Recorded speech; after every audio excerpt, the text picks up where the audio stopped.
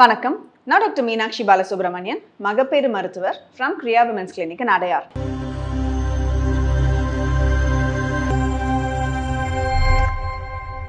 இந்த கழுத்து வலி ரொம்ப காமனாக எல்லாருக்குமே இருக்குங்க. அதுவும் எஸ்பெஷலி அந்த ஒரு டெலிவரி ஆனதுக்கு அப்புறமா பேபிக்கு அந்த ஃபீட் பண்ணுற நேரத்தில் நிறைய பேருக்கு அந்த ஒரு கழுத்து வலி வரும்.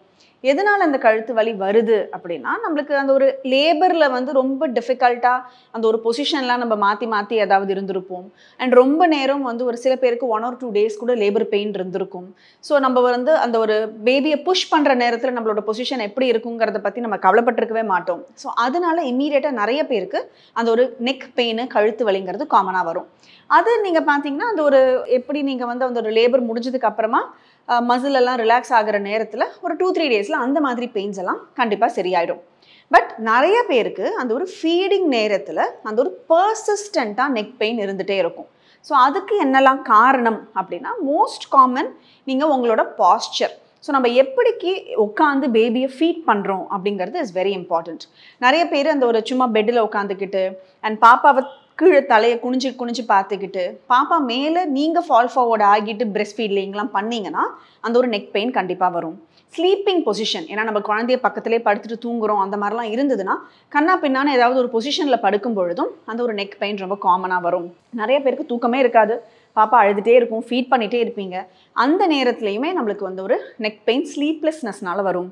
சில பேருக்கு அந்த ஒரு ஸ்ட்ரெஸ் ஹெட்ஏக் மாதிரி. ஸோ நம்மளுக்கு எப்போ நம்ம வந்து அந்த ஒரு தூக்கமே இல்லையோ அப்போ ஒரு ஸ்ட்ரெஸ் ஹெட்ஏக் வரத்துக்கும் நிறைய பேருக்கு காமனாக இருக்கும். அண்ட் நிறைய பேர் காமனாக என்ன மிஸ்டேக் பண்ணுவீங்கன்னா, அந்த ஒரு ஷோல்டர் எப்பொழுதுமே வந்து லிஃப்டட் அப்பாக இப்படி இருக்கும். ஸோ அது நம்மளோட ஸ்ட்ரெஸ்னால் நம்ம அறியாமையே அது அந்த மாதிரி ஆகும். எஸ்பெஷலி ஃபீடிங் பொசிஷனில் அந்த மாதிரி இருக்கும். இல்லை பேபியை ஒரே கையிலேயே தூக்கிக்கிட்டு கழுத்தில் போட்டுக்கிட்டு நீங்கள் அதே மாதிரி பேபியை வந்து பர்ப் பண்ணுறதுக்கு தட்டுறதுக்குலாம் ஒரே சைடு யூஸ் பண்ணி ஒரே சைடில் இருந்தாலும் நம்மளுக்கு அந்த ஒரு நெக் பெயின் கான்ஸ்டண்ட்டாக இருந்துகிட்டே இருக்கும். ஸோ மெயினாக நெக் பெயினுங்கிறது ரொம்ப காமனாக வரது தான். பட் நம்ம எதனால நம்மளுக்கு அந்த நெக் பெயின் வருது அப்படிங்கிறத கண்டுபிடிச்சோம்னாலே we will be able to அதுக்கு ஒரு நெசசரியான திங்ஸை பண்ணி அதனால் நம்மளை ரிலீவ் பண்ண முடியும். ஸோ காமன் என்னன்னா, நெக் எக்ஸசைசஸ் ரொம்ப ரொம்ப முக்கியம். அந்த கழுத்து கீழே குனிஞ்சு நிமிந்து சைடில் பார்க்கறது, அந்த மாதிரி எல்லாம் சின்ன சின்ன எக்ஸசைஸாக தான் இருக்கும். ஆனால் அந்த மாதிரி நம்ம ஒரு ஷோல்டர் எக்ஸ்டென்ஷன் பண்ணுறது, நெக் எக்ஸ்டென்ஷன் ஃப்ளெக்ஷன் பண்ணுறது, அந்த மாதிரியான எக்ஸசைஸை ரெகுலராக ஒரு 10 counts of 3 sets நம்ம டெய்லி பண்ணும் பொழுது நம்மளுக்கு அந்த ஒரு நெக்கு ஷோல்டர்லாம் கொஞ்சம் ரிலீஸ் ஆகி அது ஒரு ஸ்ட்ரென்தன் பண்ணுற மாதிரி இருக்கிறதுனால கண்டிப்பாக உங்களுக்கு அந்த ஒரு நெக் பெயின் ரிலீவ் ஆகும். மெயினாக பாஸ்சர் பாருங்கள். நெக் பேக்கை வந்து ஸ்ட்ரெயிட்டாக வச்சுக்கிட்டு ஃபீட் பண்ணும்பொழுது பி வெரி கேர்ஃபுல். அண்ட் பாப்பாவை கொஞ்சம் நேரத்து கீழே பாப்பாவை பார்த்துட்டே நீங்கள் ஃபீட் பண்ணாமல் கொஞ்சம் அந்த ஒரு நெக் பொசிஷனும் ஃபீட் பண்ணும்பொழுது கேர்ஃபுல்லாக இருங்க. அண்ட் இன்னொன்று ஃபீடிங் பில்லோ, பிகாஸ் அந்த ஒரு ஃபீடிங் பில்லோ யூஸ் பண்ணும்பொழுது உங்களோட ஷோல்டர்ஸுக்கு உங்களோட ஹேண்ட்ஸுக்கெல்லாம் ரெஸ்ட் கொடுக்கறதுக்கு அது ரொம்ப ஈஸியாக இருக்கும். நல்ல ஃபீடிங் பில்லோஸ்லாம் கிடைக்கும் இப்போல்லாம். மோஸ்ட்டாக என்ன பண்ணணும்னா, நீங்கள் அந்த ஒரு ஃப்ளாட்டான பில்லோ அண்ட் பேக் சப்போர்ட் இருக்கிற மாதிரியான பில்லோ அந்த மாதிரி பார்த்து வாங்கினீங்கன்னா கரெக்டாக இருக்கும். உங்களுக்கு ஹேண்டுக்கும் சப்போர்ட் கிடைக்கும். பேபியோட வெயிட்டை நீங்கள் கம்ப்ளீட்டாக கையில் வச்சுருக்காமல் இருக்கும்.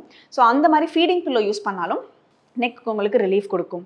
ஸ்லீப்பிங் பொசிஷன், ஸோ பில்லோ என்ன மாதிரி யூஸ் பண்ணுறீங்க, ஸ்லீப்பிங் பொசிஷன் எப்படி இருக்குது, அது எவ்வளோ கம்ஃபர்டபுளாக வச்சுக்க முடியுங்கிறதையும் கொஞ்சம் கேர்ஃபுல்லாக பாருங்கள்.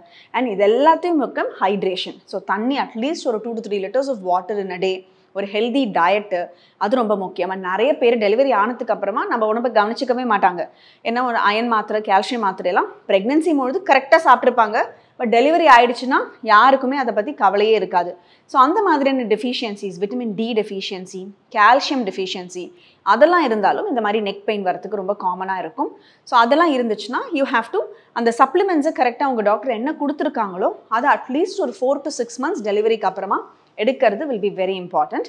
அண்ட் இதுக்கும் மேலே ரொம்ப பெயின் இருந்துச்சு அப்படின்னா நீங்கள் ஒரு ஃபிசியோதெரபிஸ்ட் பார்த்தீங்கன்னா அவங்க ஏதாவது ஒரு பர்டிகுலர் எக்ஸசைசஸ் இல்லை வேறு ஏதாவது ஒரு ட்ரீட்மெண்ட் ப்ரோட்டோகால் ஏதாவது கொடுப்பாங்க. So neck pain is quite common. But என்ன காரணம்ங்கிறத நம்ம கண்டுபிடிச்சிட்டோம்னா it's very easy to treat. And exercise and hydration and good diet will help you keeping yourself healthy.